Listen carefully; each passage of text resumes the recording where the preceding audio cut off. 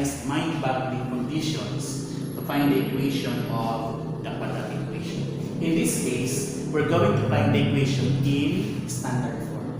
So let us listen or let us read the condition. The vertex is at 2, 0 and passes through point 4, 4. So let's analyze this. So the vertex, the vertex is 2, 0 and the other point, P, is 4. So let us use the general form or standard form equation. We have here y is equals to a x minus h squared plus k. So remember, this is the vertex, this is h, and this is k. This is x and this is y. So this is the vertex, so hk, and the other point which is xy. Now, let us first, all we have to do is let us first substitute the value of h and k. Okay, so this is our y is equals to a, then x. The value of h is 2, this becomes negative 2 here, in square, plus k is 0. Since 0 yan, ilagay pa rin, pakita ang value ng k is 0. Now, this y is, after that, we're going to substitute the value of x and y. Diba? Tapos yung h and k, x and y naman. So the value of y here is 4. So bakit hindi kailangan ilagay yung value ng x and y to solve for the value of a? So we have 4 is equals to a, and this is x is 4 minus 2 squared. So wala mo nilagay 0 kasi we're solving for the value of a. So 4 is equals to a, then this is 2 squared. So 4 is equals to a, and this is a, and this is 4. So again, 4 is equals to 4a. Divide both sides by 4. This is 1, and this is a. So the value of a is 1. Okay, now, yan na yun. So what will be your equation? Your equation can be written as this one.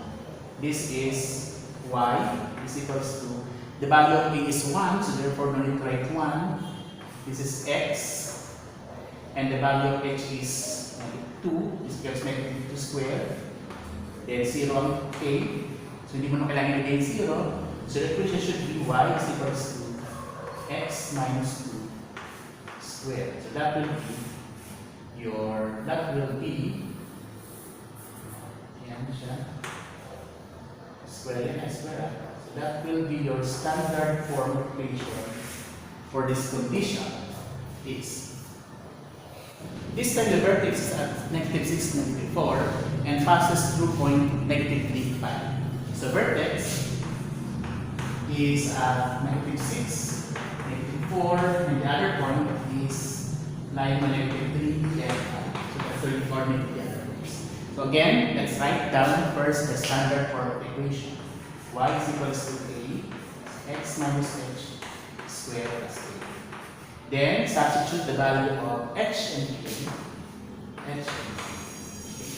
So this is y, a, then x, and h is negative 6 to positive 6 na siya dyan, square, plus your k, or your k here is negative.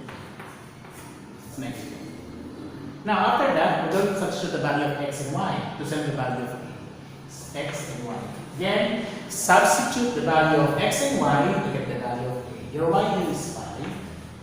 This is a. Your x here is negative 3 plus 6 square minus 4. So 5 is equals to a. This is 3 square minus 4. So transpose natin yung 4 sa kapila. So this will be times 5 plus 4 is equals to a. And this is 9. Okay, this is 9. And this is 9a. Divide both sides by 9. And this is 1. And this is a. So that will be the value of a. Okay. The value of a. Now, let us write down the corresponding equation for this. So this is y is equals to a x minus h squared plus a. Yan.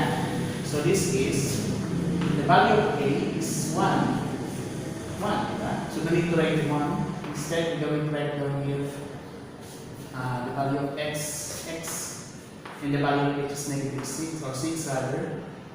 6, negative siya sa doon, may positive siya dito. And the value of a is negative 4. And that will be your equation. Now, what if I need a standard form?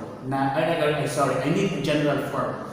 I need a general form for this because it's a standard form. How are we going to make this a standard or a general form? Simply, y is equals to, expand this one, this is x squared.